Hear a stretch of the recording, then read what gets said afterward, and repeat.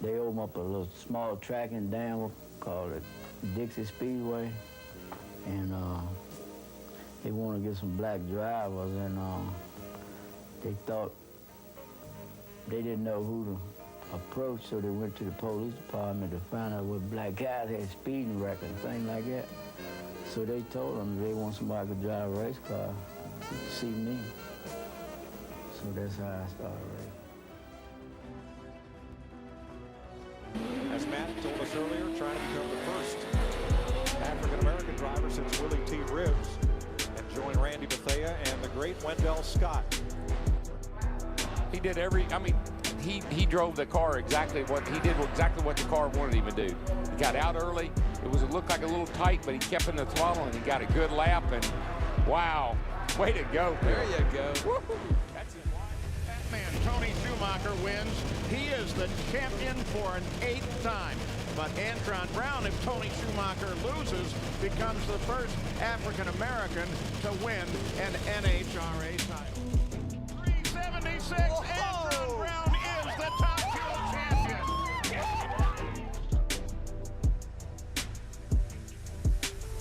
These need to be the best 7 laps of Darrell Wallace Jr.'s life. That was a good first part of it right there.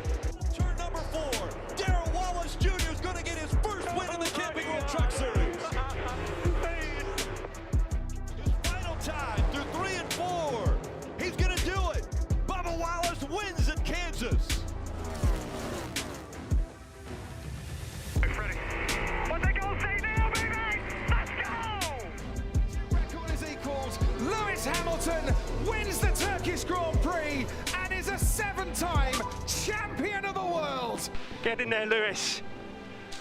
What a way to do it, mate. What a way to win your 7th world title.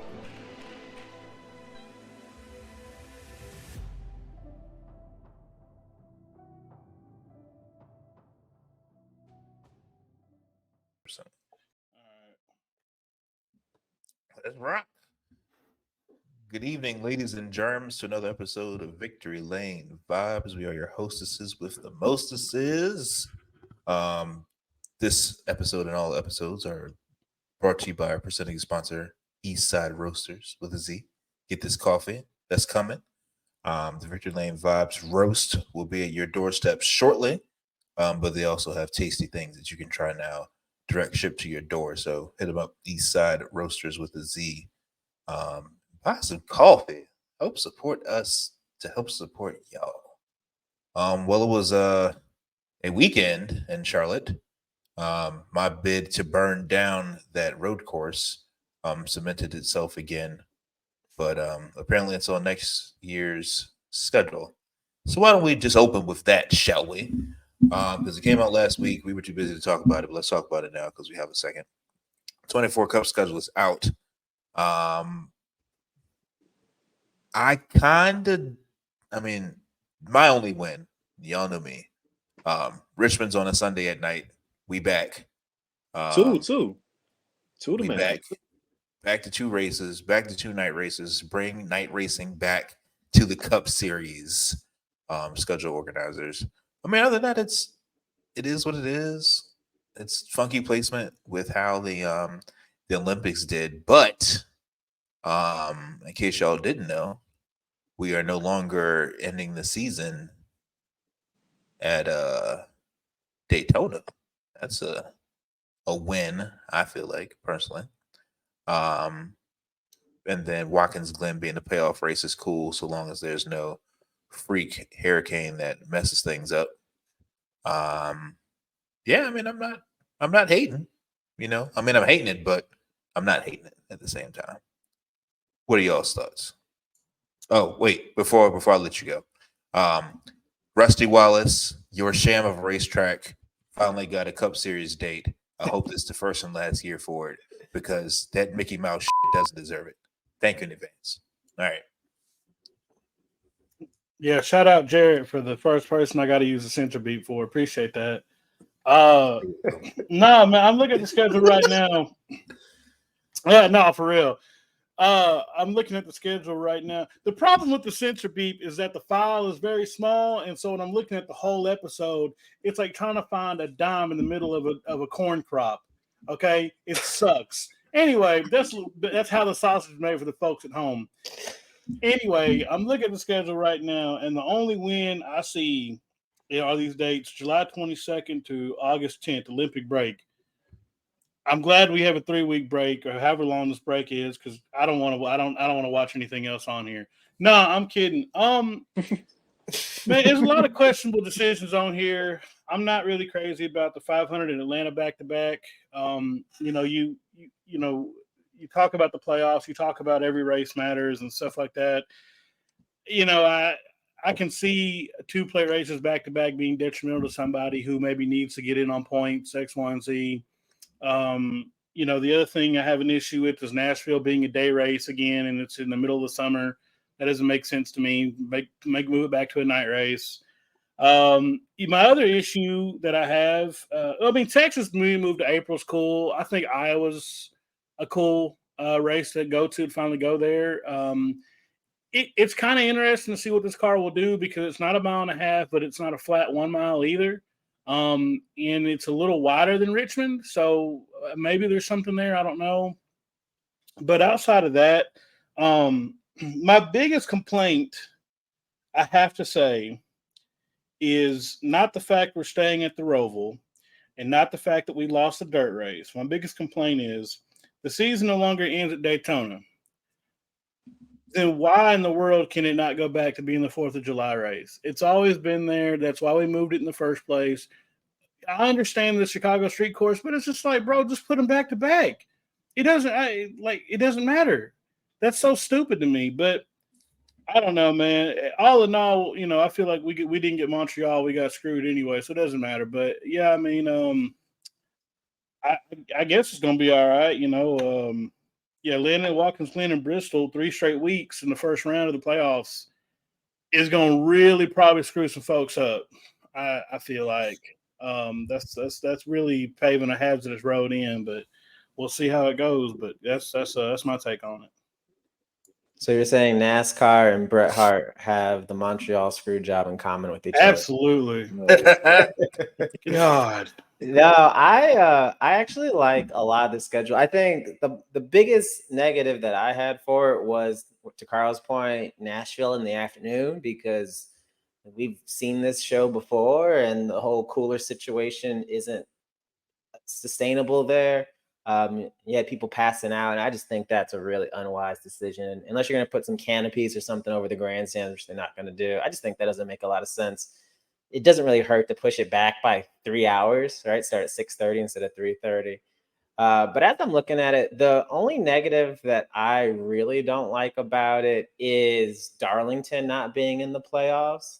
I really, really love Darlington as one of those playoff races. I think every year you see some team wilt under the pressure of being at Darlington in the playoffs. So that was a bit of a disappointment. I do think having it as the cutoff race is probably the next best thing. So it's like not a huge problem to have. And I do really love Watkins Glen. I think that's NASCAR's best road course at this point in time. And I think it's been the best road course for the last couple years. So getting that in the playoffs, I'm actually all for. If you remember a couple weeks ago, I said that I feel like the playoffs need to have a sample size of everything NASCAR has to offer, and you have to be able to survive all of those things. So having 2 road courses, having 2 plate tracks, I'm all in favor for. I think I'm glad Atlanta is early in that round and not late. Same thing with Talladega. Like, I would not want a plate race necessarily be a cutoff race, but I just like the idea of you having to navigate that multiple times.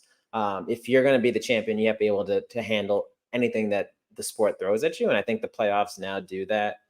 Outside of that, I do kind of like the 2-week break. I'm a big fan of having off weeks during the season. So if this goes well, maybe in the future, NASCAR could spread out these 2 weeks again. Like they've shown that they can make a schedule that builds in 2 weeks off, give those folks a week off in the spring and a week off in the summer. I think it just makes sense. There's no other sport where you're on the road for 36, 38 weeks in a row with no bye, no time off. I just would like to see that. That's the biggest thing. Iowa, I'm not a huge fan of, but you know what? to Carl's point, maybe it'll be a good race. I don't know enough about that track to have a giant informed decision. It's just when you're expecting Montreal and you get Iowa, you're a bit let down. But if they put on a great show, I'll be happy to admit that I'm wrong next year. So all in all, I give it a pass. And I do like Atlanta as well, being early on, because there's kind of this argument that if you're a new fan and you watch Daytona and then the following week, say they're at Phoenix, you're going, what the hell? Like, this is a completely different style of racing. I do like the idea of having that race early. If I'm a fan, if I'm a team, I'm probably sweating bullets going from the duels to the 500 to Atlanta back to back to back. That's a high chance to have some tore up sheet metal. That could be an expensive couple weeks. So I can see the argument against that, but if I'm a fan, like, I'm all for that. So all in all, I give it a solid grade. I'm excited for it to come back next year. The schedule is dog. I hate every last single. I hate it.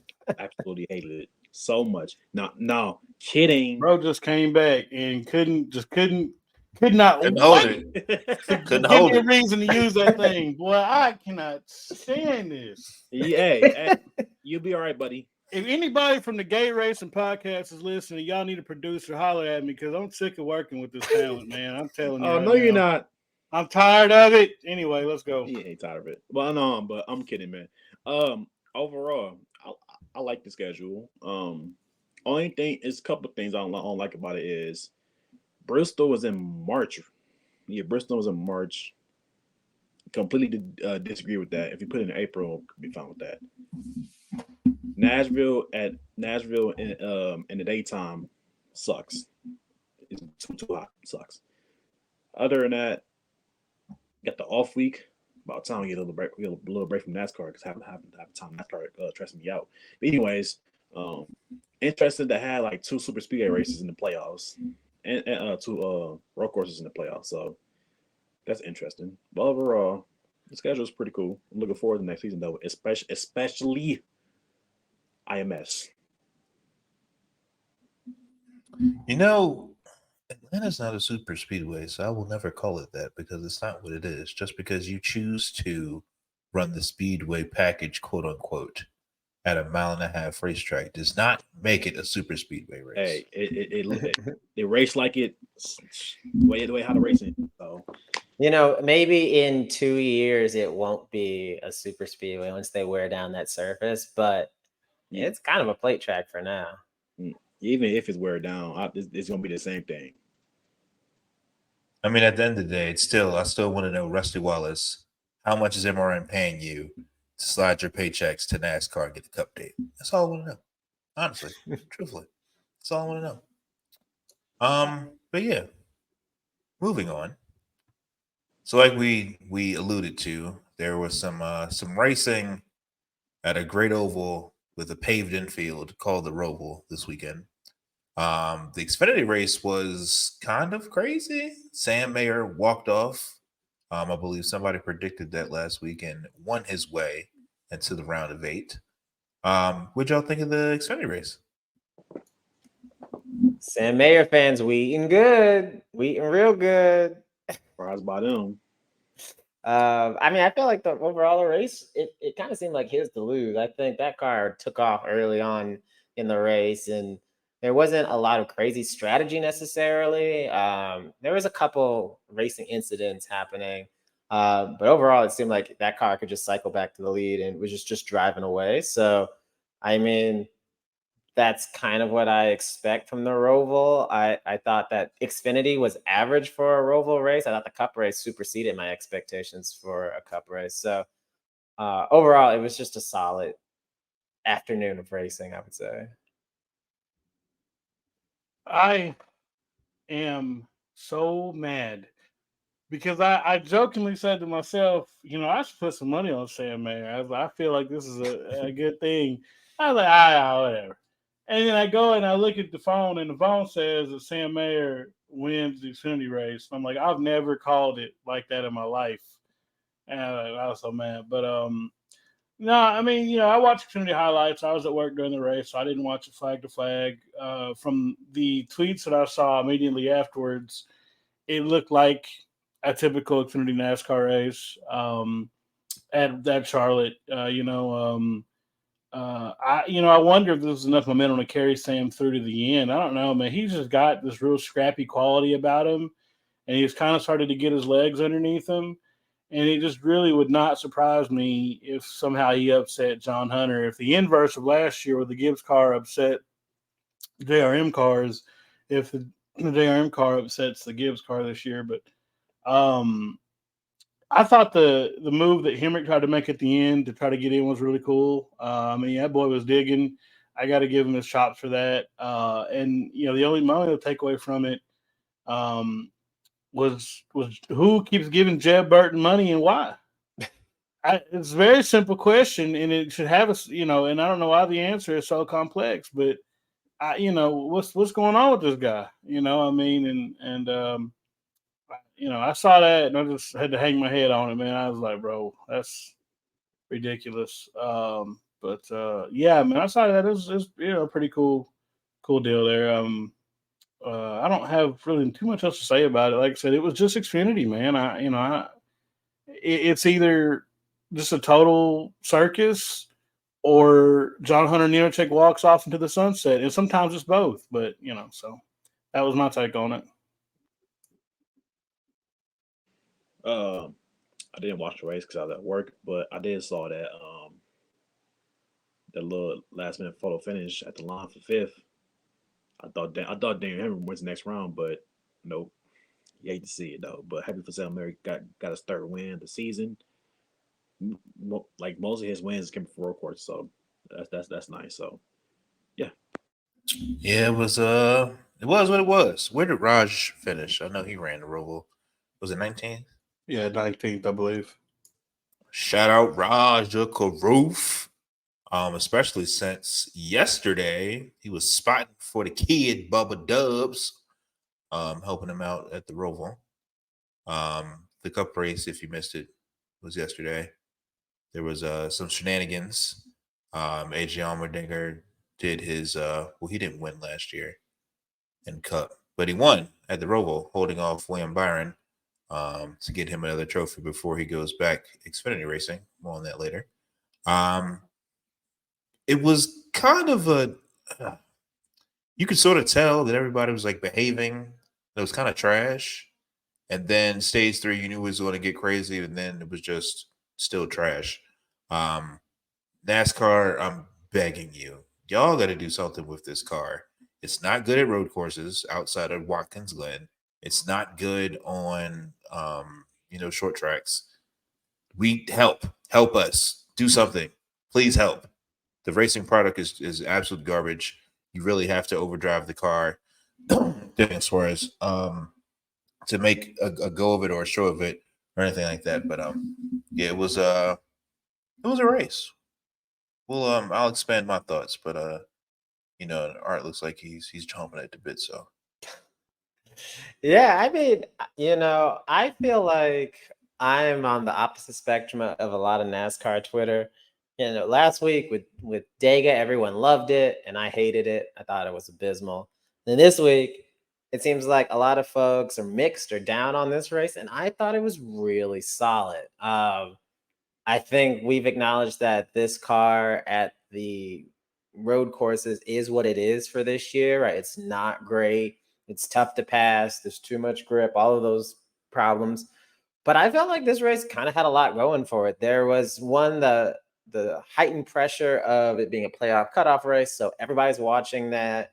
At a certain point, Kyle Busch takes the lead in stage 3 and completely flips the playoff order.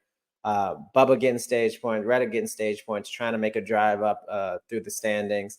And then you had guys that came and went. Christopher Bell was up for a while. He fell off. Chase Elliott was up for a while. He fell off.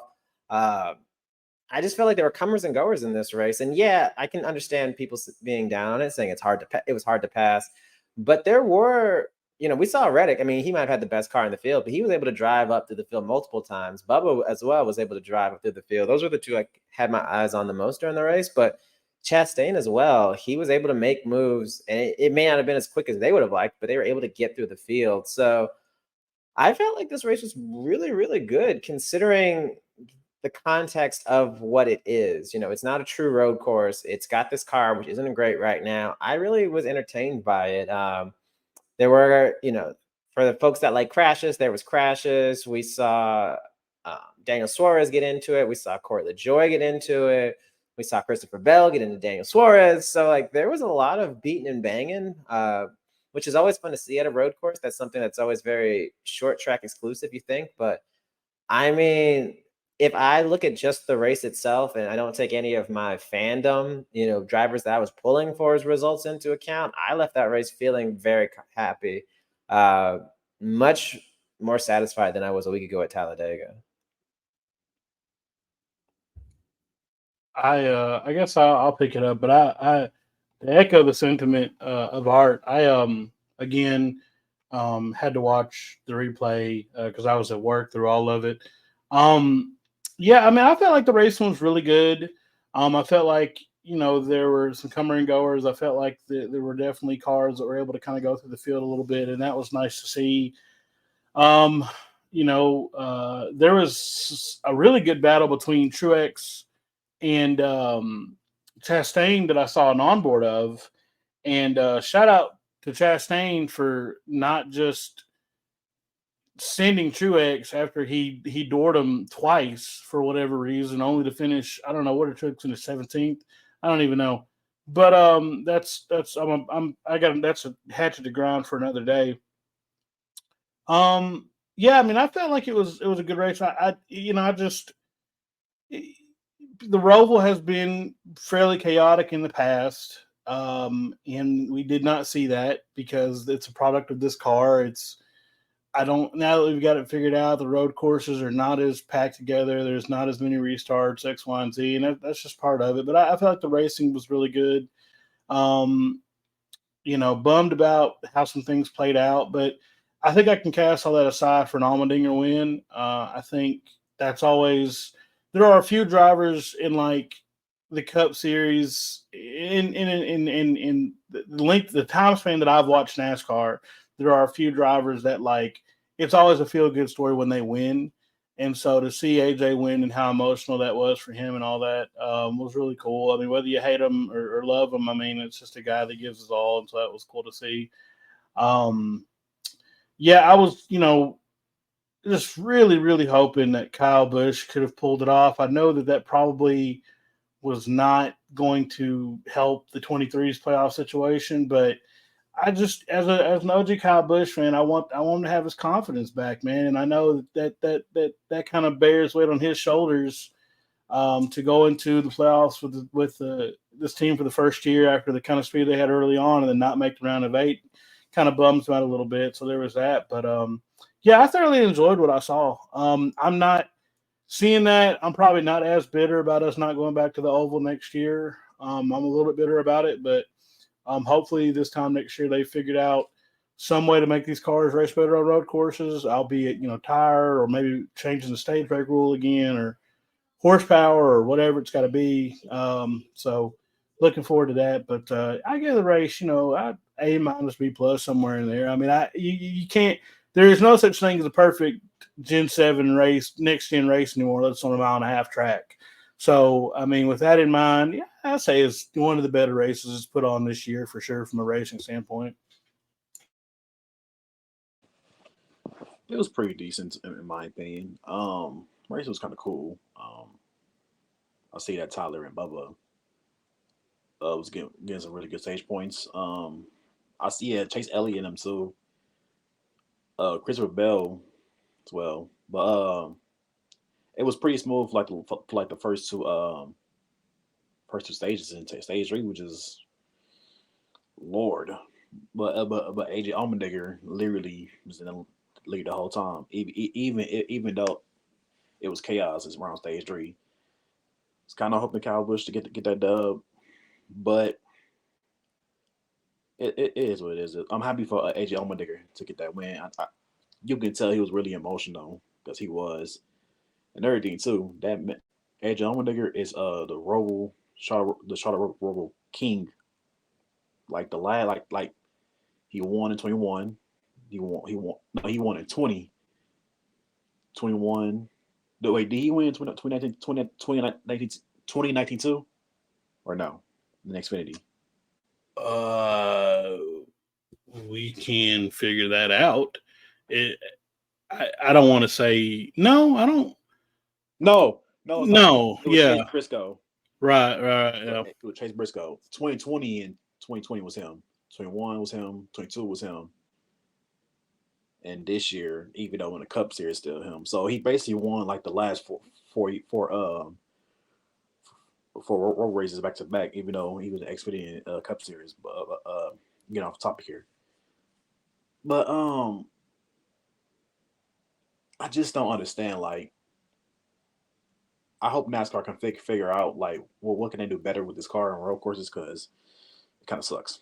But yeah, race was cool. Oop, I would be remiss to not award Arthur's award, the Lights Too Bright winners.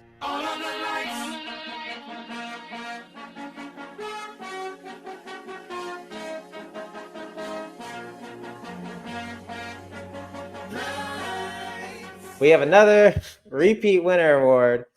Corey LaJoy, come on down. Driving into the side of your basic teammate, coming off a pit road, not noticing a big old stock car to your left when you're turning to the right. And I mean, he didn't just drive into him; he clobbered him. I mean, when I saw that clip, finally, I laughed. I was like, "There is no way, bro! Like, that is the most Corey LaJoy thing possible." that is a video game move when you're pissed that you suck. And then you're like, the leader's coming around to lap you, and you just take him out. Yeah, you're like, all right, buddy, you want to put me a lap down where I'm ending your day. Like, that's the type of move it was. Yeah, for sure. So I was gonna say, can we talk about Daniel Suarez, and then he got hit like minutes later? Well, yes, Daniel Suarez also wins a Lights Too Bright award this week. Mm-hmm. Double whammy. Did he have too much rear brake in the car? Too much front brake in the car? Was he just trying to send it and lost it? Him and Checo must be, taking lessons from each other when they in the off season, because he blew that corner. Yeah. And subsequently whacked Austin Cindric, who whacked Bubba Wallace, who Bubba spun, and then he had to do that stupid stop go thing, and all of NASCAR Twitter collectively cussed out the NASCAR committee on the rules and regs. Daniel, I don't know where you thought you was going. He was like 30th when you did that. Like, where you going? You're not going to make up 2 car lengths in like 100 yards, which is what he basically tried to do.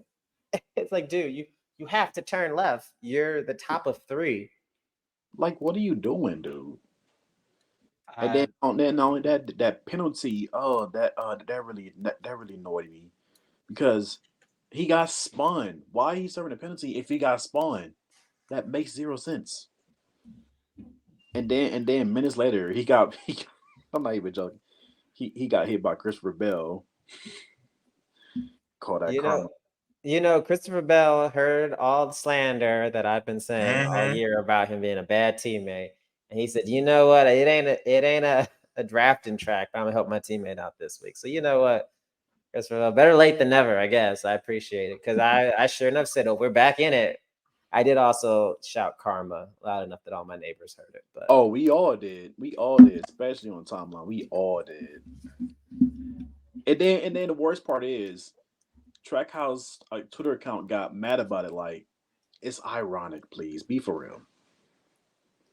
I try my best not to take the tweets too seriously, because I have to remind myself there's one team, it might be RFK, who in the bio it says the people doing the tweets don't work on the cars or can't touch the cars or something like that. I think it's RFK. Yeah.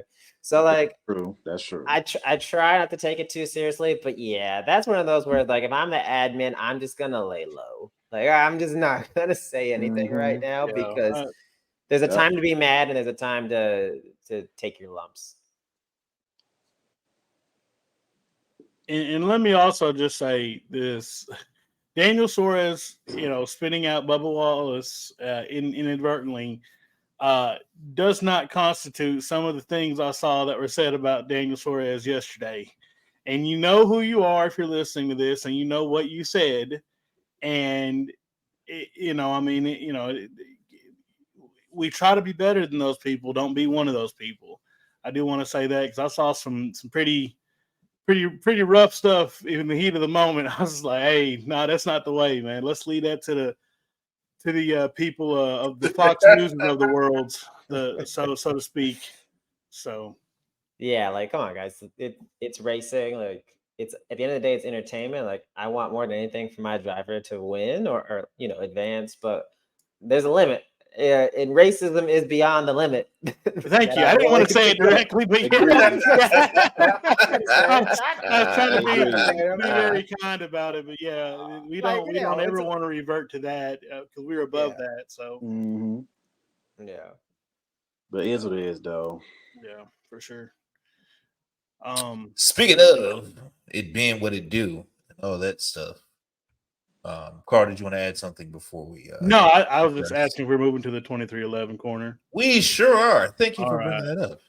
Yeah, we moved to 2311 corner, where a series of Daniel Suarez events ends us with Bubba missing the cutoff to move forward to round 8. However, Tyler Rick and the 45 team advance to move forward. Looking at Bubba's his post-race interview yesterday, he pretty much stole my whole flow bar for bar what I said prior to him taking the mic. And I quote, I'm a believer in everything that happens for a reason, bummed, but I accept that it just wasn't meant to be. Being at peace with the trials and tribulations is a weird thing. 30 is that you. Appreciate the birthday love and the continuous support. Y'all be safe. He's winning Vegas. I'm calling it now. I'm stamping it now. DoorDash, y'all haven't gotten a checkered flag yet. Bubba's winning next week. DoorDash and Roku TV. Roku as well. How's those colors don't match? How's that? Yeah, I was in the same thing like Roku, huh? That's purple. It's probably a B2B deal. It'll be cool to see though. I can't wait though. Yeah, for sure. Because majority of us, I think you use Roku. I guess. Yeah, I do. I love it. I just found out the other day that you can download the remote on your phone as an app. Yeah, baby. Yes, sir. Changed my life. All the time. Yeah, as long as your TV's in connection, you should have to worry about. Yeah, better than that. That's I love it. The beef with my Roku TV. I lost my Roku remote, and my it's so easy to lose. My TV's not on the Wi-Fi because I changed internet providers. Oh, and now I can't do anything but watch cable on that television. So shout out TCL though, y'all make a great product. I just I got to stop being lazy and get that joint off eBay or something. You could definitely get that. Yeah. But it is so easy to lose remote controls, especially Roku. Because it's so small. Yeah, very much. Yeah, absolutely. I can't even find mine. The only thing I use is my phone. That's it. But sorry we got sidetracked, y'all. Yeah, absolutely. But going back to what it was, you know what I'm saying? Shout out to Tyler Reddick for having the most fire paint scheme of the year. Yes, it beat J Balvin's car. The alternate grapes is just fire because purple and Prince and the car is gorgeous. So shout out to those guys advancing to the round of 8. Bubba's winning Sunday. Oh yeah, I'm definitely looking forward to it. Y'all pick up this. That's my mic drop. So this Vegas this Sunday. I call this redemption in my opinion. Hear me out. Last year, oh God. Anyways, off of that, I think it's time. It's time to get that dub. And I'm looking forward to it, and show Bubba and show the people that we ain't messing around. But I'm looking forward to it. Yeah, I would. Oh, I'm sorry. Go ahead, Gar. You got it. Oh, okay, I got you. Yeah, I mean, I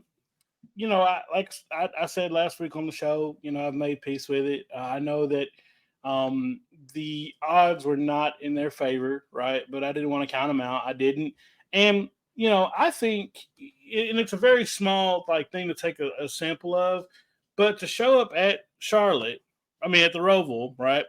After the abysmal couple of years that he's had there in the 43 and in the 23 too, even, and and be fastest in practice, fourth in qualifying, fastest laps off to the first stage.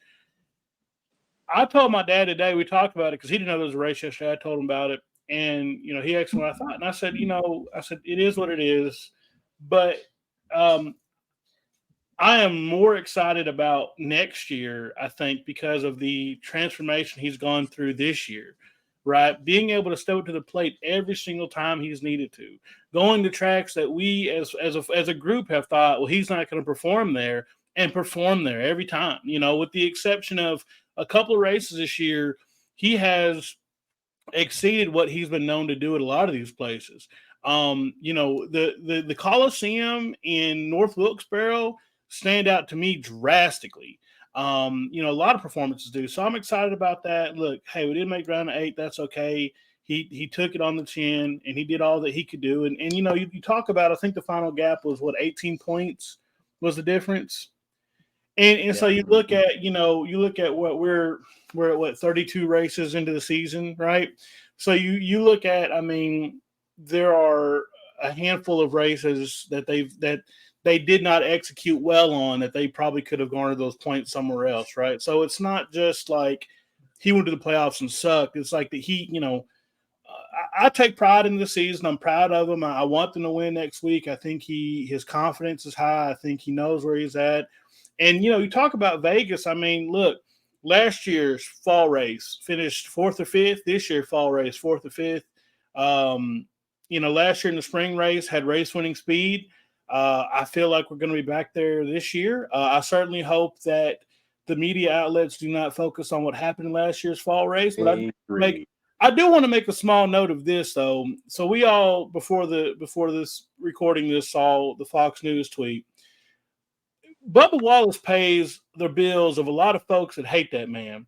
And I say that because I saw a plethora of news outlets yesterday on Facebook and on Twitter trying to vilify this man for not making the next round of the playoffs. They did not report on Brad Keselowski, who is a former Cup champion, or Kyle Busch, who's a former Cup champion, Ross Chastain, which was hotter than fish grease this time last year. They did not report on them missing that round of 8. They reported on Bubba Wallace. So, I would refer to the phrase, if you ain't got haters, you ain't popping. And I think that he has put a lot of his detractors on notice, and they are running out of things to say about him. So I'm excited for these next 3 races. I think he has a chance to win any of the 3. But in the season with a win and, come back next year even stronger. There's nothing to hang your hat on. I'm not upset about it in the least. I do want to say real quick before you and Jerry. I'm proud of Bubba this season. Like, I'm happy that he outperformed this whole season, even outperformed this whole season. Major playoffs. People doubted him that he was going to make it to the round of 12. Guess what he did? And he nearly made it to the round of 8. But overall, he came through, stepped up his game, and boom, got great finishes. Like, it was like the Roval. Like, came through first in practice, and got 4th in the qualifying. So it's going to get scary in 2024. He could go crazy, but overall, I'm proud of bro.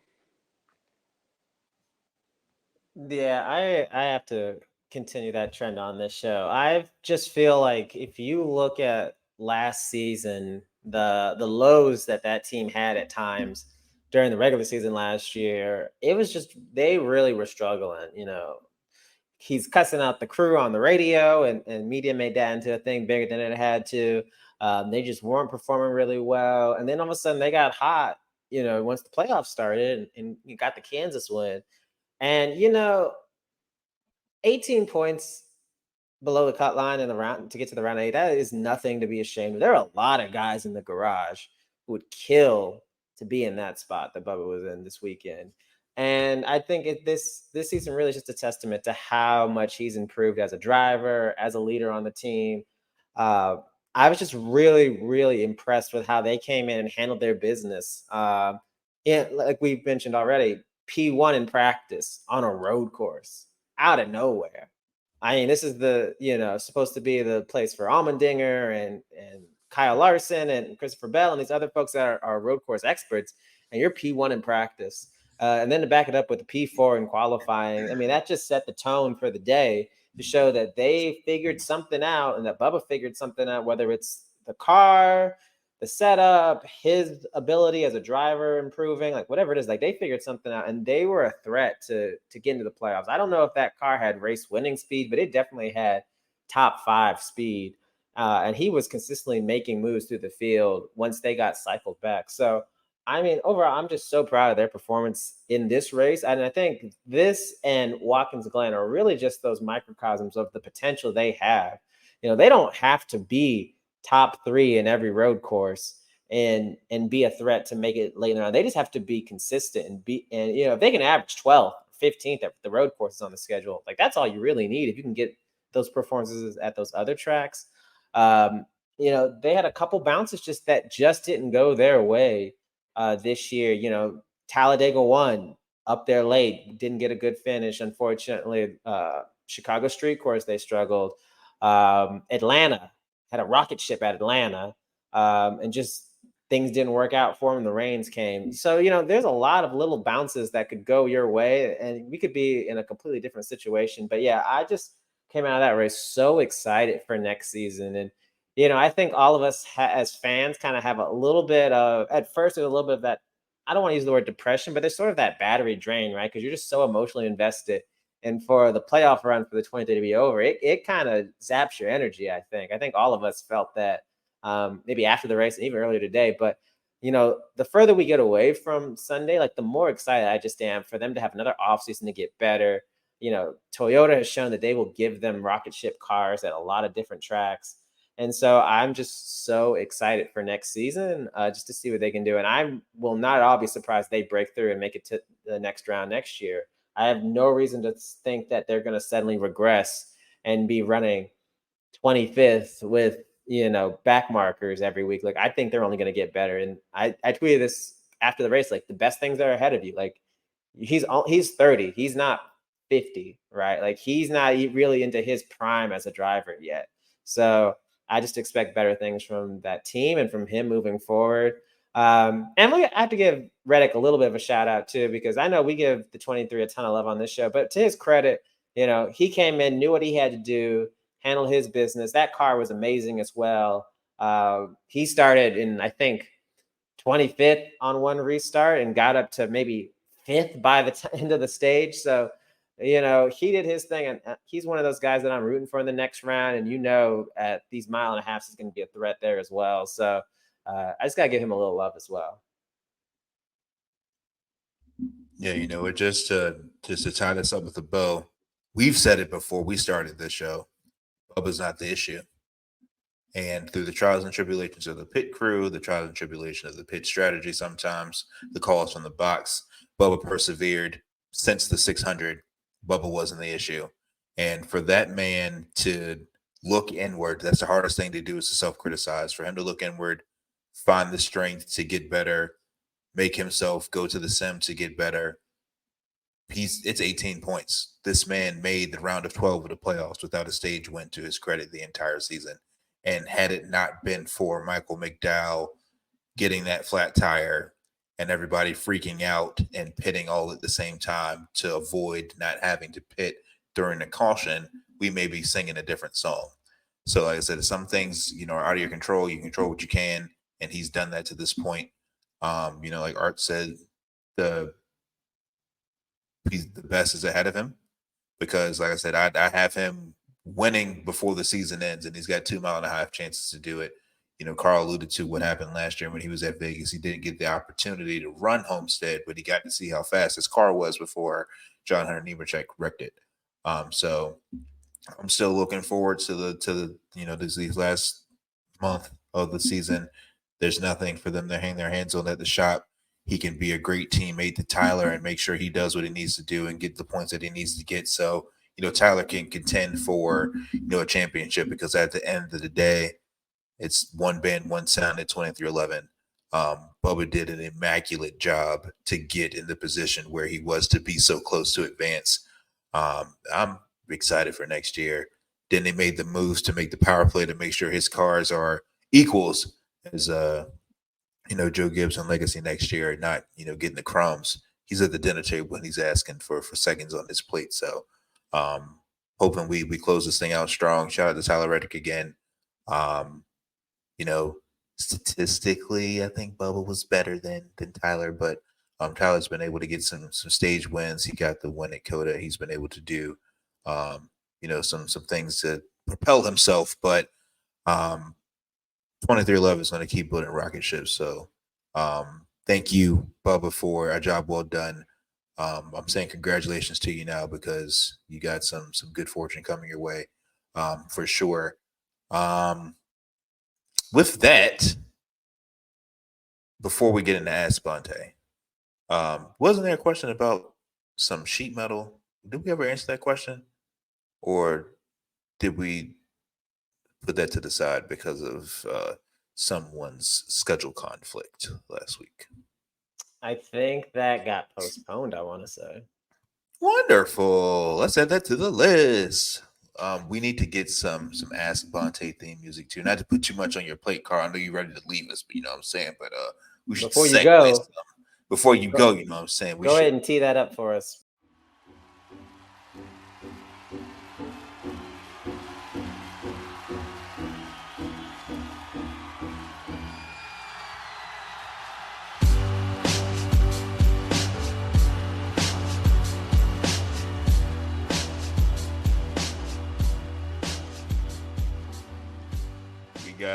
We got some questions to ask Bonte.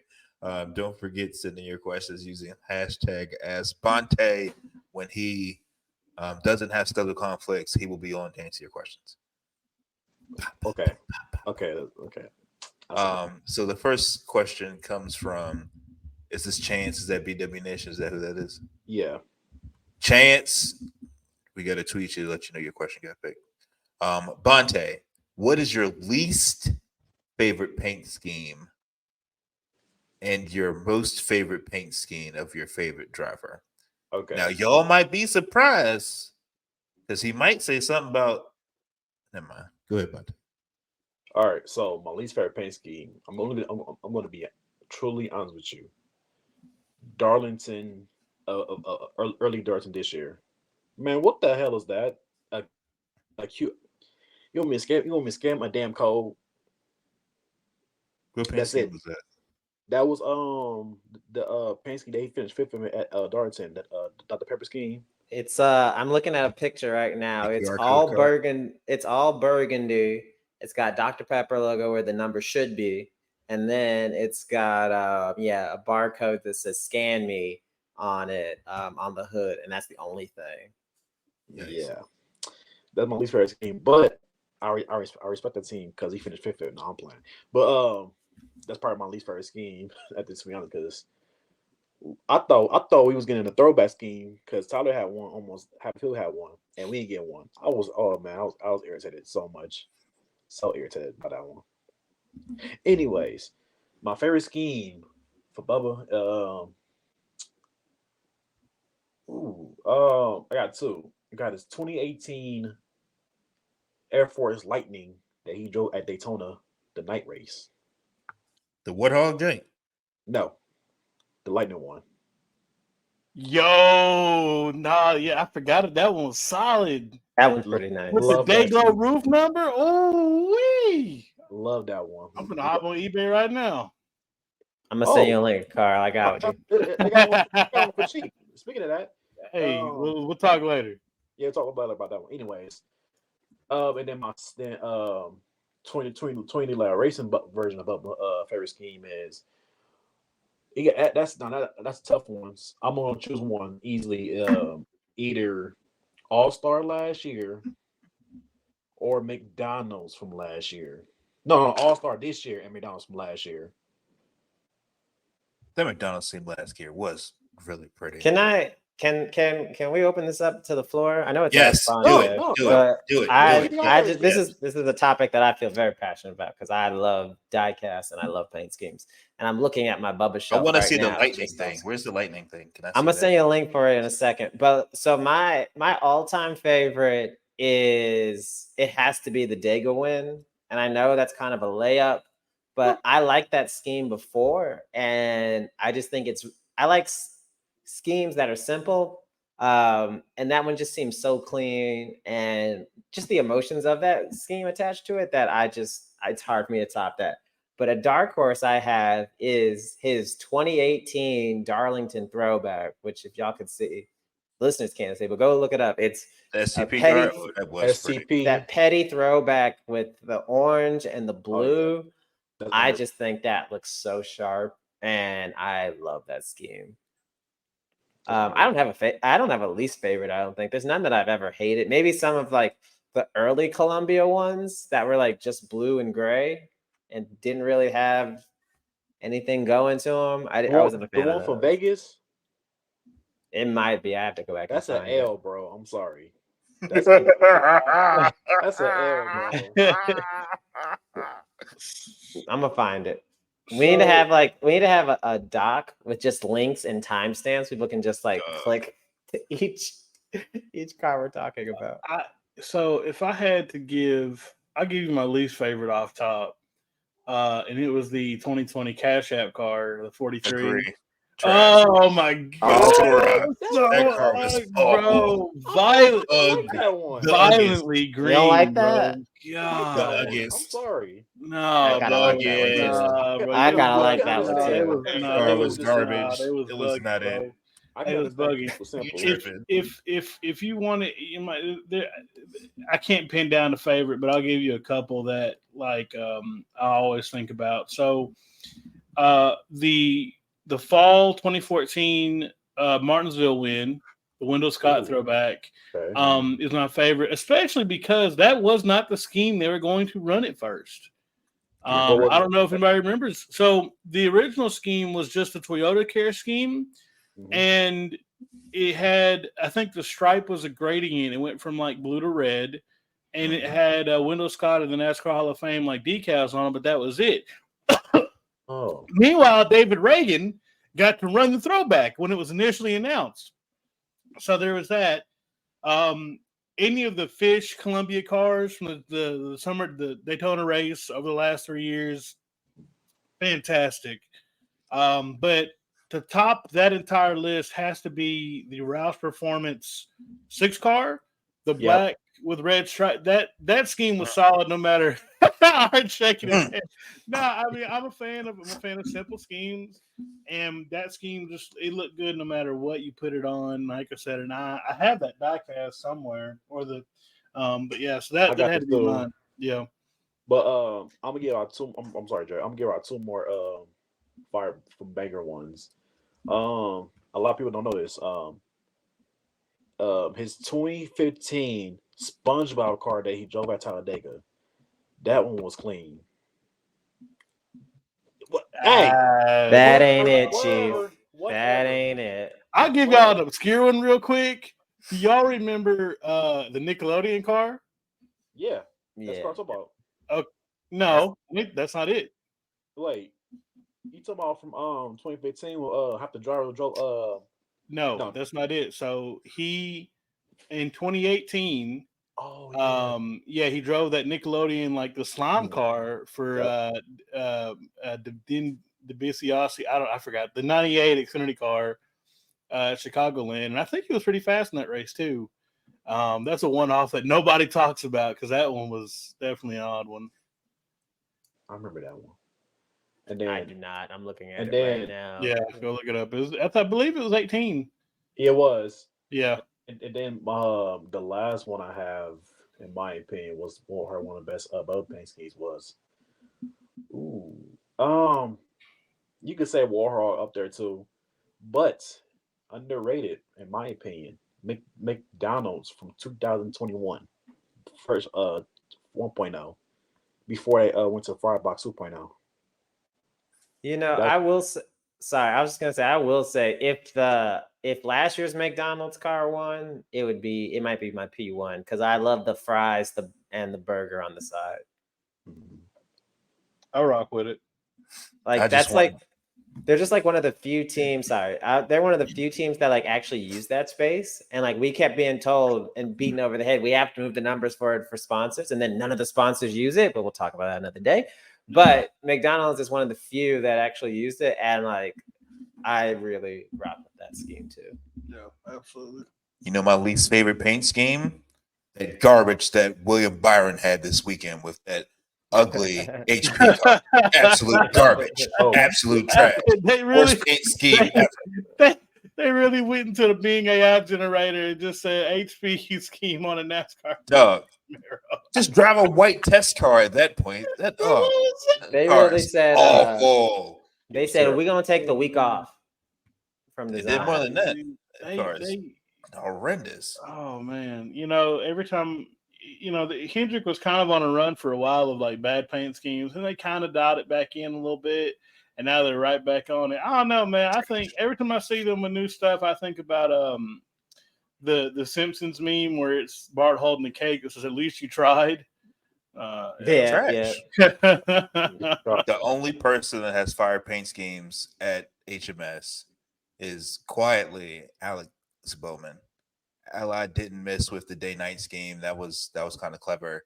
And then all his special Ally schemes have been they've been kind of hot. But we're not talking about him or them. Right. Yeah. My worst Bubba scheme is the Cash App car. Absolute trash. And my favorite scheme is from the Coke 600 from 21, the DoorDash car. Yo, yeah. That's a really good one. Knocked out the right too. And he was fast that race too. Yeah. He was real fast. Yeah. I missed DoorDash in the fire. I missed the scheme that they ran at Martinsville night race, the white car with the gold numbers. I missed it. I missed DoorDash. I know y'all had to do what you had to do with the money that y'all had to do. You know what I'm saying, but please get back on the car with the fire when you're on the car. That's all I'm saying. Ruben sure has some bangers too. I ain't gonna lie. Last year, the Kansas car was absolutely the Kansas fire. car was real nice. It was, and then on that his Phoenix car that he drove early last year, that was fire too. That was the outer space car. That was clean. His road one that he finished 7th in was fire, and then he had some bang. Root was cooking with them schemes. Absolutely. Then Root got cooked. Hate to see it. But at least they got the win. At least they got a win. That one win. Stein RC, thanks for the things. We out. Right. Even there, the scheme that Todd Dillon ran at the Daytona Road Course was kind of fire. The inverse was definitely solid for sure. That was the so basically that scheme that Todd Dillon drove, that's the reverse that Bubba drove, because that's pretty much the same scheme. Yep. Yeah. I just wish that the people who design the cars actually do what NASCAR moved the numbers for. Use that space. Give us something creative in the space. Like the Dr. Pepper cars don't do it for me because it's so much room right there over the rear fender. I'm like, well, what else goes there? Can you put a can there on the side, or can we do something like a 6-pack or something? Yeah. I think it should just be optional to the teams. I mean, just make it not mandatory. I don't know, man, but that's a branding issue that you got to have consistency. I guess. Yeah, you're right. I don't know, man, because I was looking at some stuff from 21, and it was like, well, they were already putting full-fledged logos in front of the number. I don't know why you couldn't have kept it that way. Right. But anyway, I have an unhinged, uncensored rant about the numbers being moved forward. That'll probably come out. You better not say anything about the Bristol All-Star race. That's all I got to say, because the Bristol All-Star race, the only problem I had with it was the underglow. The underglow. But listen, the underglow, they should have allowed the teams to run whatever color they wanted. Manufacturer line colors, dude, that sucked. Here's the thing. Yeah. I was just going to say, for the All-Star race, do whatever you want. Like, I don't care what you do on the All-Star race. I actually don't mind if it's pushed back for one race out of the year.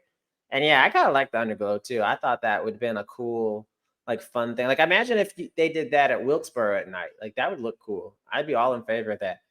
But in the regular season, the numbers belong on the door, the center of the door, not the front, not the back, the center of the door. NASCAR, you listening?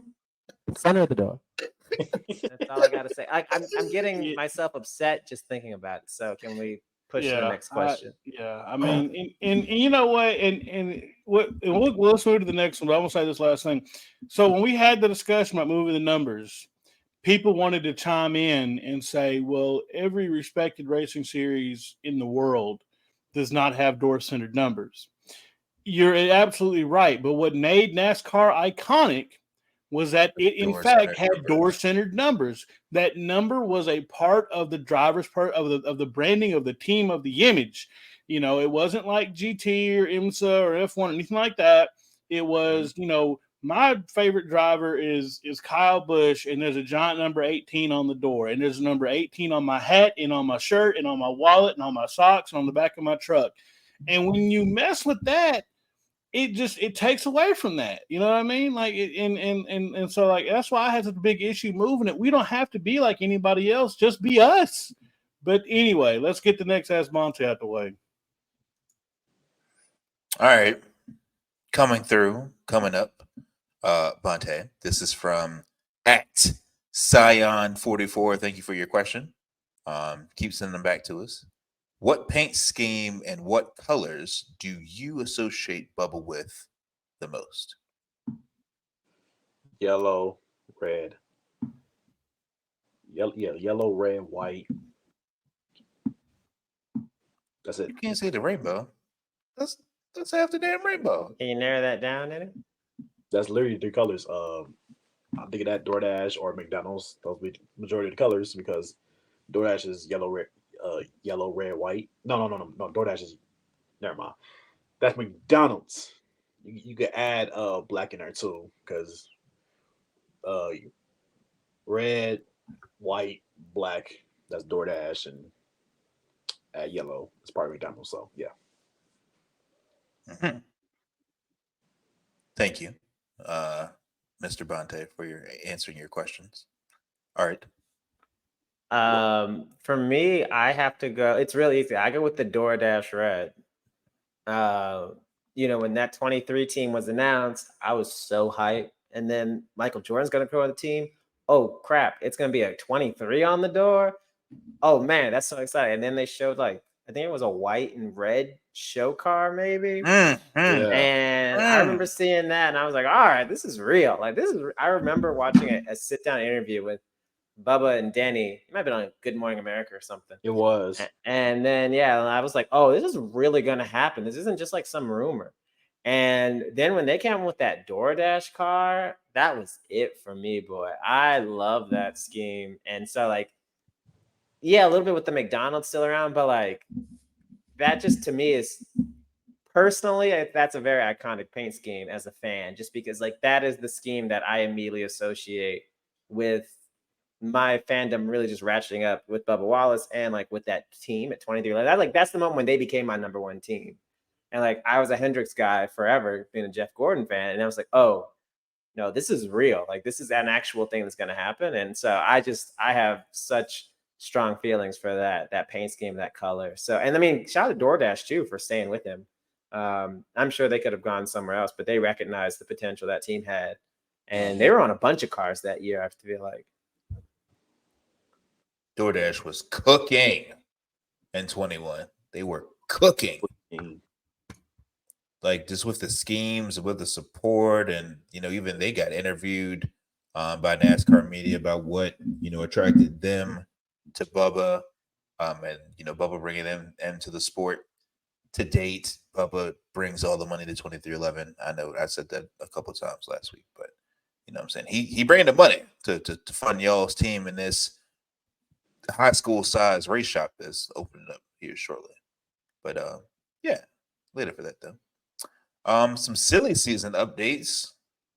Chandler Smith coming back to the TRD. Y'all saw that? I did see that. Okay. How does that work? Does he have to pay his buyout? Does David Wilson say, "Get back here"? Like, how does that work with the contracts? I would almost be willing to say that David Wilson is willing to pay whatever his buyout is. Toyota as manufacturer, all three of them really, but Toyota almost as much as anybody really have to kind of align themselves on what do they want their pipeline to look like, who do they want to be bringing up, and who do they want to have in their camp right now, besides a bunch of pay drivers in the truck and ARCA series, right? That are going to be plucked by other manufacturers to pay their bills. So, he's shown great speed this year. He won a lot last year. If they can afford him, take him. I guess he'll be taking Sammy Smith's place next year, which that's one of the JGR cars answered for, right? Full time, yeah, I think so. Yeah, full time. Because I would imagine they're going to try to have two full time cars. And the 19, which will be whoever, probably Ryan Truex throughout most of the year. So look, if they work out the money and Chris Rice says go ahead, then hey, let Chandler go to Toyota, see if he wins some races next year. And then your boy would obviously jump right back in the car, Mr. AJ Allmendinger. Yeah, we can't say that on the show. Yeah, we can't say that on the show, sir. We're family friendly. Well, I don't know about that exactly, but depending on the family. We tested those limits last week. Yeah, we go from VLV to BET real quick. I saw the last episode. What are you talking about? You saw the last episode. What was you watching? He done hacked my laptop. Right. That's wild. What you doing? And then I guess Hocevar is still holding his cards to himself. I thought we would have an announcement by now, though. At the time of us recording, he says that we'll find out tomorrow. Yeah, he's announcing it tomorrow. We all know where it's going to be. I would be amazed if it was anything other than the 77, right? Think so. Because what is Zane? Is Zane signed to a number next year? The 87, right? Or 78? 78, because that's the charter. That's the charter they bought. So it's a 78 because they bought BJ McLeod's charter.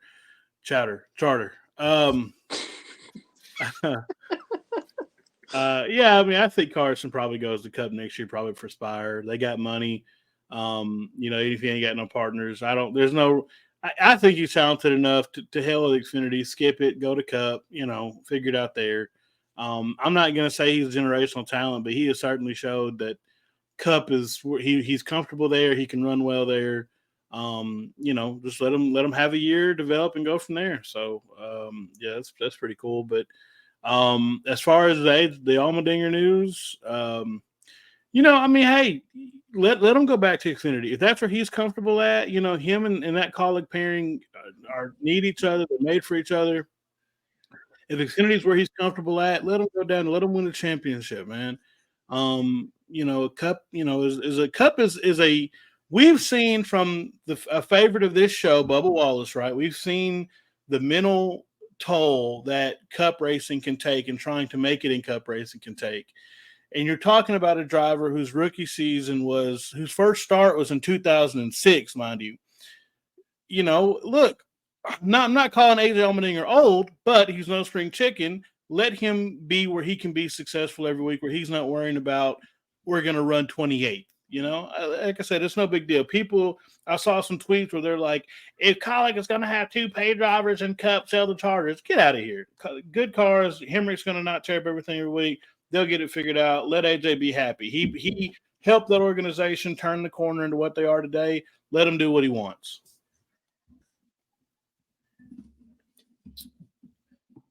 Yeah, I agree with that completely. I think it's hard to say, like you said, he's not a young driver anymore. And would I rather fight and scratch and claw for 22nd, or would I like to compete every week and have a car that could be consistently in the top 10. I mean, it's easy for us on the outside to say, oh, yeah, I want to be in a Cup car. Cup's the top level. But I mean, if he's at peace with his Cup career, he made it to the biggest level in American stock car racing. He won multiple times. It wasn't a one-off fluke. That can be enough for him. And recognize that this team, that car probably isn't contending with the Gibbs and the Hendricks of the world, like the 2311s of the world, those top teams. So yeah, I would want to get my teeth kicked in and have to fight, especially with that baby he just had, because NBC love to talk about that baby every week that he just had. So yeah, go be a family man and run Xfinity. Good for you. And then, you know what I'm saying? Haley Deegan getting called up to Xfinity, signing a multi-year deal with AM Racing. I'm actually excited. She ran when she had her opportunity in the Xfinity car. She ran really well. I think I'm expecting, some better finishes out of her. I think just with her racing background, the Xfinity car more suits her style. So I think we'll see a lot more promising things from Haley in 2024. What else? Oh, and then Raj. I forgot about Raj. Raj said since Mr. H called him to drive for him in Phoenix, he's got several offers on the table that he's going through. What do y'all think for Raj would be, the next best step for him? Does he run another year in trucks, or does he answer the call if he gets it and moves up to Xfinity? I mean, you got to take the call, I feel like, right? If you've got momentum on your side, like so much of this sport is about being in the right place at the right time. And if you don't take advantage of the opportunities when they come to you, you might not get them for another year, 2 years, 5 years, ever. I don't think Raj is going to be a guy where, if he isn't in Xfinity next year, if he had an offer that suddenly the NASCAR world forgets about him. I mean, he's still a very young driver. He's got a lot of his career ahead of him. But I imagine you want to get there as soon as you can and start learning that car, assuming you're in a good spot that's stable and that you feel confident it's going to help you grow as a driver. I mean, I don't see why you'd want to not make the jump. I don't think his truck career has been so great where it's like, oh yeah, no, why would I want to give this up? This is amazing. Like, it's not been like that. I guess I'll go next then, Bonte, on both of those notes. Look, people keep telling me that trucks is not a good place to develop. Whether or not that's true or not, I don't know. I have said my piece on Haley Deegan before. People get mad at me. They say, well, let her go to Xfinity. She'll be better there. Okay, cool. From the day of her announcement a couple days ago till this time next year, I'm not saying a word about Haley Deegan's performance. However, after this time next year, I'll be right back on her head. But I mean, if that deal works out, then cool. As far as Raj goes, there's a quote floating out around. I don't know who asked him, but he said that he's had some phone calls. I think it's become pretty apparent that Chevy wants him in their camp, and so I think that would lead to some good things for him. I don't know that trucks is where he's going to be next year. I really see him probably in a situation where he's running not a full season in either, but he's running a myriad of races in both series, probably in some good equipment. On an off chance, I could legitimately see him in the 88 for some races next year.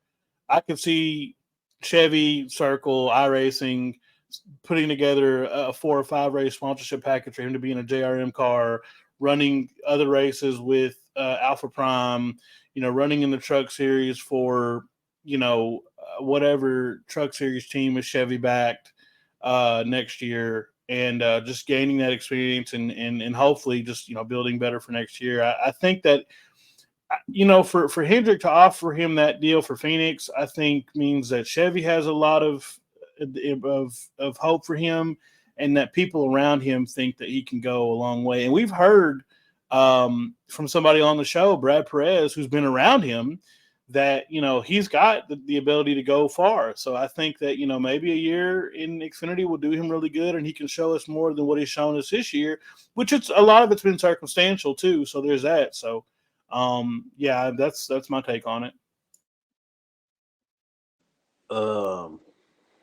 Hey, digging in the Xfinity ride, cool. Anyways, I'm kind of excited for Roger.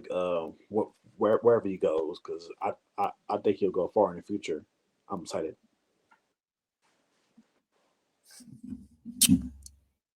Open discussions. Did we miss anything?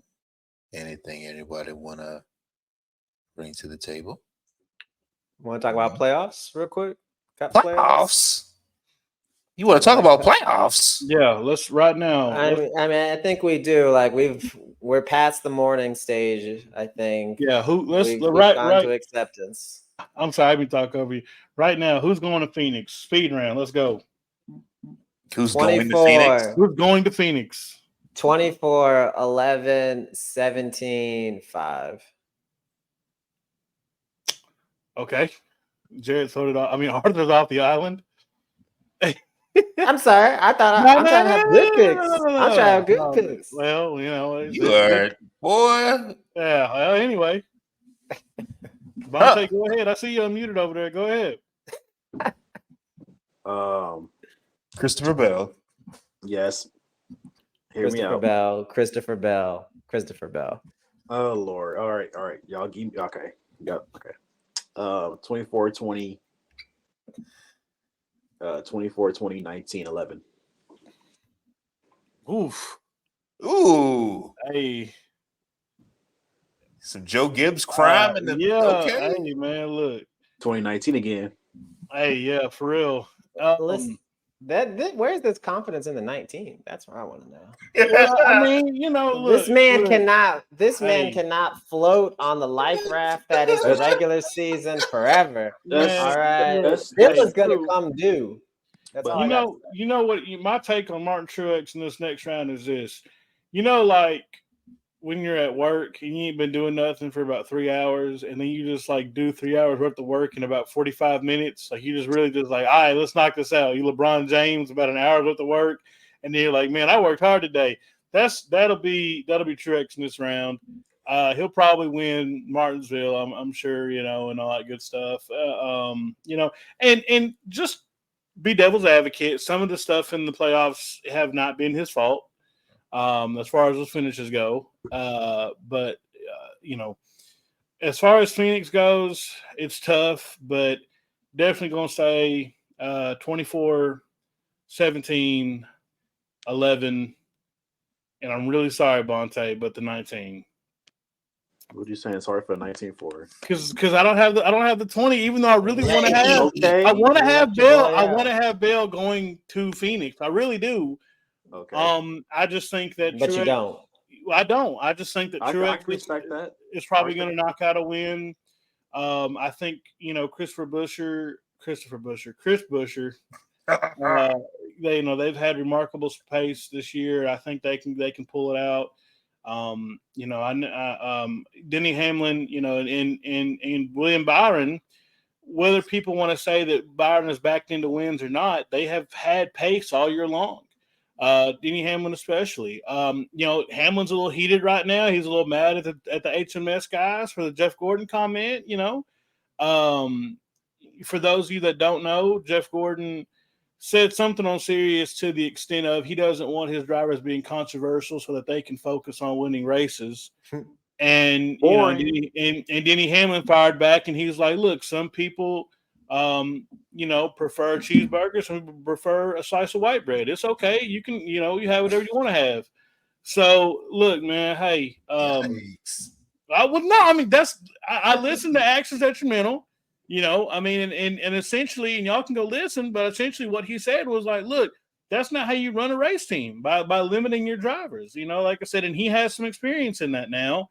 And I would argue and say that 23-11 is a successful race team. So I think he has somewhat of a card in the fight, but it's whatever. But that, yeah. So again, 24-11, 17-19. That's who I have going to Phoenix, and then we'll probably talk about who's going to win it all next week or week after. I don't know, but yeah. Before I give my picks, instead of Jeff Gordon worrying about if his drivers have a personality, he needs to keep him off snowboards. I Anyway, mean, both, really. Both, all Just to of be it, all safe. of it, just to be safe. So my picks, I'm gonna rattle them off like this, and I'll paint the picture for you. Bubba's winning Vegas. Tyler Reddick is going to win Homestead. Denny Hamlin's going to win Martinsville, which leaves Denny's in, Tyler's in, Willie B's in. And I guess if he just C-plussed his way throughout the playoffs, the last spot got to go to Martin Truex. Go ahead. No, yeah, go ahead. No, I'm gonna insult him. So you go ahead. Yours is on top. No, I got nothing to say. I got nothing to say. Look, I don't want to insult Martin, nothing like that. And you know what? Let me just say this. So I have been for years a proponent of saying, like, if you win the regular season title, you should be able to be carried through. Like, that should cement you into like the round of 12, round of 8, automatically seed in Phoenix and have 5 cars instead of 1. That's always been like my point. I've always said, like, we should do more for the regular season title than just a trophy that means almost nothing. Because I can't tell you who the last 4 or 5 regular season champions were. But now that I'm seeing this in action, I don't know that I want that anymore. Because, you know, I'm sure if we calculated it up, had he not had all those stage wins and stuff, which is what this points format is supposed to do, Blair, if you're listening, it's doing its design job. No shade at Blair. She asked the question. No shade at Blair. No shade at Blair, friend of the show. We love Blair, but I'm saying she asked the question, like, why do they score points like this? This is why. You know, so you can have it to fall back on. But and again, no shade whatsoever. I'm saying, like, it's literally doing its job. I don't think that we have seen it do its job like this in some time. And so that's why everybody's now is like, dang, this kind of sucks more than usual, doesn't it? So that's all that there is to say about that. Again, and absolutely no shade whatsoever on that. They're laughing. Look, y'all can't see the visual cue of this, and one day you will. I said that Art and Jared like cringed in their chairs, like they and I Hang on! Don't put us in this. Don't drag us. Hey, you said it. I just reacted to what you said. I stand on 10 toes back because it wasn't bad that was said. You see how he tried to pull us into it? Now, why am I in it? Well, look, I said that, and everybody freaked out. Like, that wasn't a bad thing to say or whatever. Anyway, I'm gonna try to keep us on the rails here, but like, I feel like, all right, if we're supposed to have a playoff to be closer to stick and ball sports, if the Chiefs are the 1 seed, they don't get a bye for 2 rounds. They get 1 round bye. You know, in other stick and ball sports, you don't get a bye. Basketball, hockey, you have to play the same number of opponents as everybody else, same number of series. So I just don't understand, if the whole point of this is, we want to be more exciting, want to be like team sports, then why is it someone can be so subpar and still just be carried this long? You know, I understand that we want to put value on it, and I think you should give them some kind of other perk. Maybe you give them like the number 1 stall for every race of the first round. I don't know. Give them something. But the idea that you can finish 17th or worse for half the playoffs and be rewarded by continuing to make it. And then, you know, some folks might get this and be like, oh, you're just mad because Bubba didn't make it. No, even if Bubba was in 12th in the playoffs, or 16th in the playoffs, I wouldn't care. I'd still feel this way. I think it's too much of an advantage. They need to cut that reward down a third or something. C's get degrees. And we are showing why C's get degrees this playoffs. You can be mediocre, but hey, I made it. And the benefit for Truex is he could dilly-dally for however many races it's been 8 races. And no, it hasn't. I can't count. Yes, it has. Can I count? Jesus, man. No, it's been Regardless, it's been 6. Six he's been mid, this whole playoffs. But the cherry on top for him, all the playoff points he amassed during the regular season, just bounce him right back up. Just all right. Yeah. I'm number 2. What is how many points do you get rewarded if you're the regular season champ? I can't remember. I think it's 50. 15.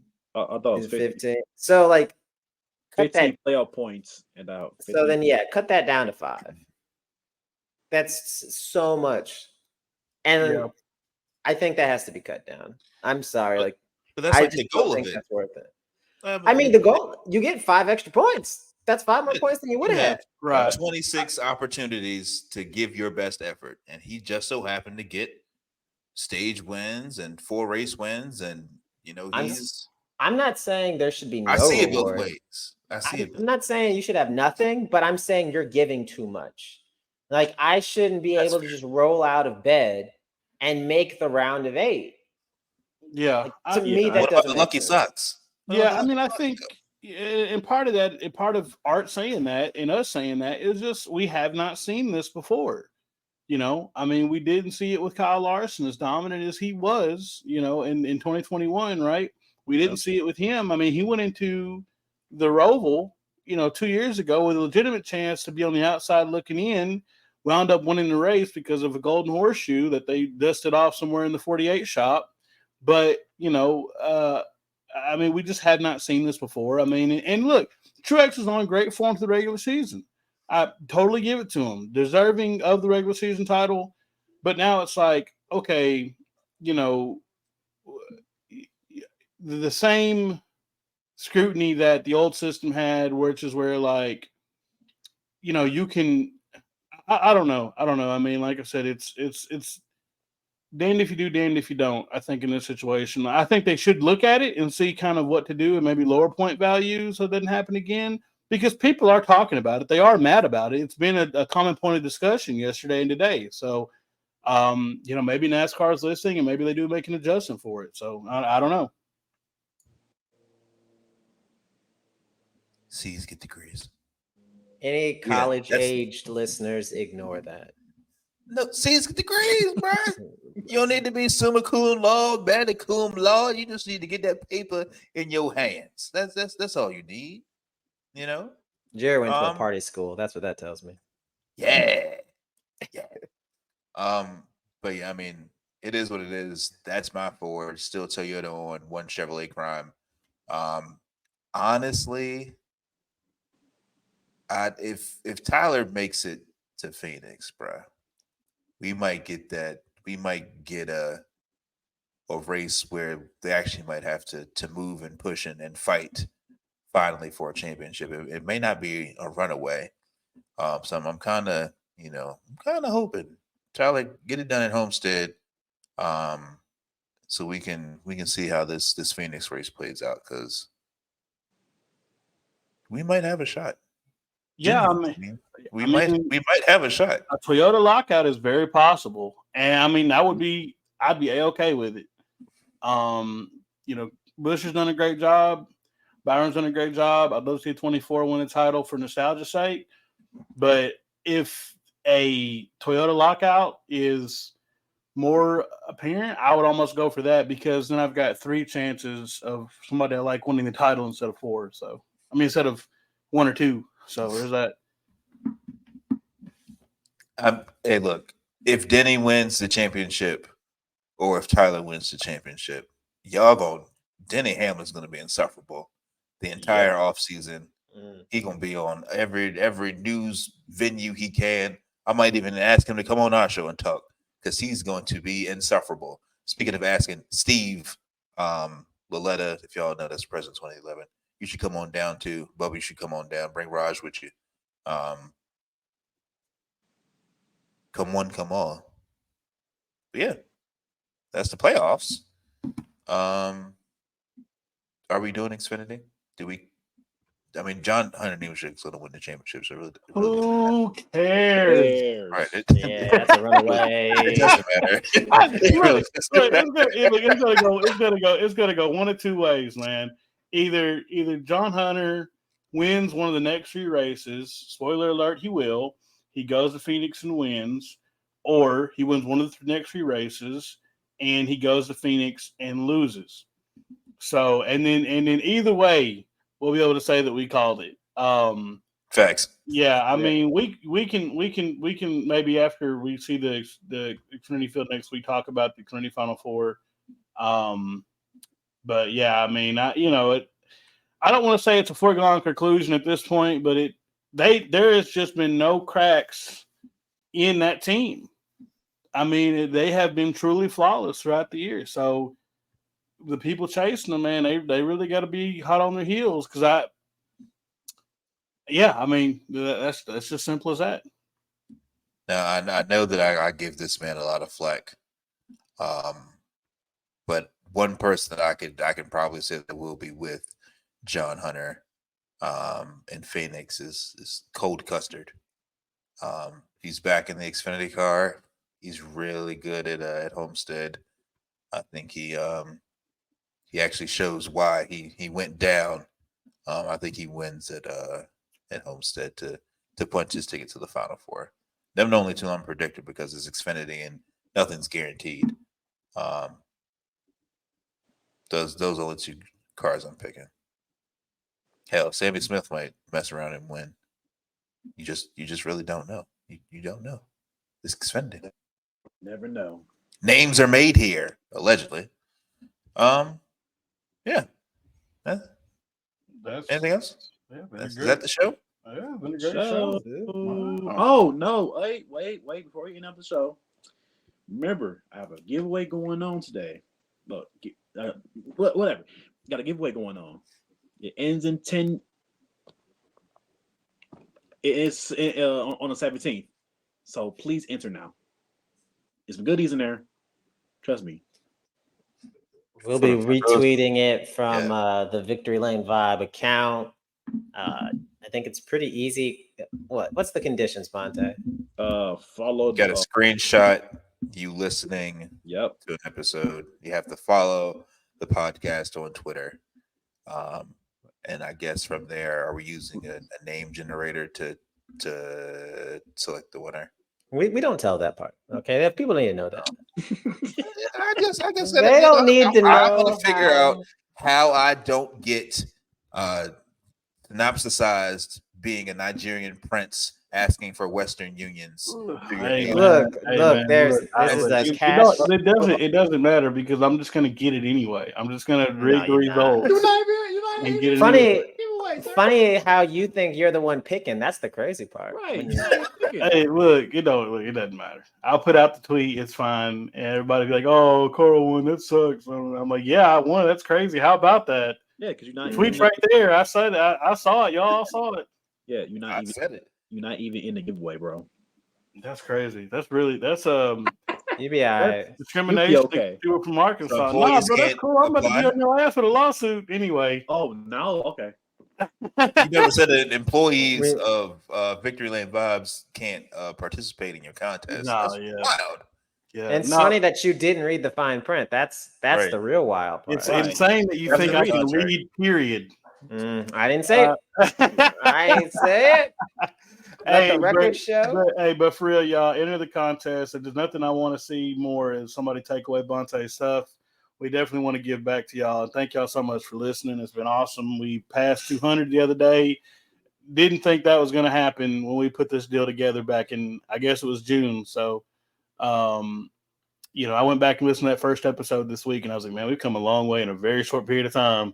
Ooh. So, yeah. I'm afraid to hear that. Man, yeah, it wasn't. I don't think I'm built for that. Look, it's all good. It's fine, So anyway, we're no longer recording in the closet, y'all. We upgrade slowly but surely. For sure. Mm-hmm. But with that, make sure y'all check out our coffee supplier, East Side Roasters with a Z. Shout out to Danny.